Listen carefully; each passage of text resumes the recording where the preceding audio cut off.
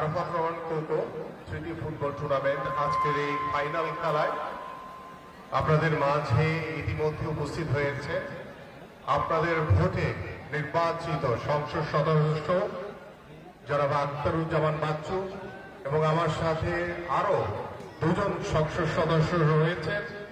আমাদের বাবলু ভাই রয়েছেন, আমাদের বাচ্চু ভাই রয়েছেন এবং আমার এই পাগলা এবং গফরগাঁয়ের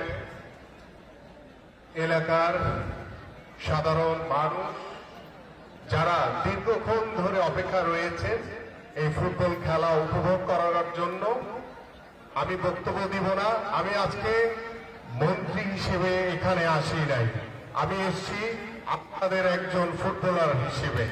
এবং এই ফুটবল মাঠে এই ময়মনসিংহ অঞ্চলে আমি অনেক খেলা খেলেছি। আপনাদের এই ধরনের স্কুল মাঠ বিভিন্ন জায়গায় বিভিন্ন সময় আমি খেলেছি। আমি জানি যে বাংলাদেশের মানুষের কাছে ফুটবলটা অনেক বেশি জনপ্রিয়। তার প্রমাণ হচ্ছে আজকের এই যে চারদিকে দেখেন দর্শকে কানায় কানায় পরিপূর্ণ হয়ে আছে। এটাই হচ্ছে আমাদের ফুটবলের আসল ঐতিহ্য এবং এই ঐতিহ্যকে ধরে রেখে আমরা আমাদের ফুটবলকে এগিয়ে নিয়ে যেতে চাই। সেই জন্য আপনি ইতিমধ্যে জানেন যে আমাদের মাননীয় প্রধানমন্ত্রী তিনি খেলাধুলাকে পেশা হিসাবে প্রতিষ্ঠিত করার জন্য আমরা পেশাগত স্বীকৃতি বাবদ আমরা ক্রিয়া ভাতা এবং ক্রিয়া কার্ড প্রদান কার্যক্রম শুরু করেছি।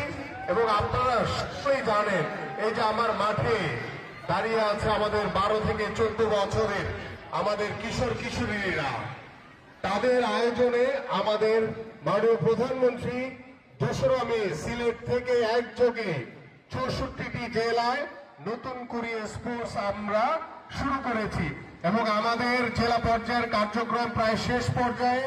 আমরা বিভাগীয় পর্যায়ে শেষ করে আমরা জাতীয় পর্যায়ে যাব ইনশাআল্লাহ।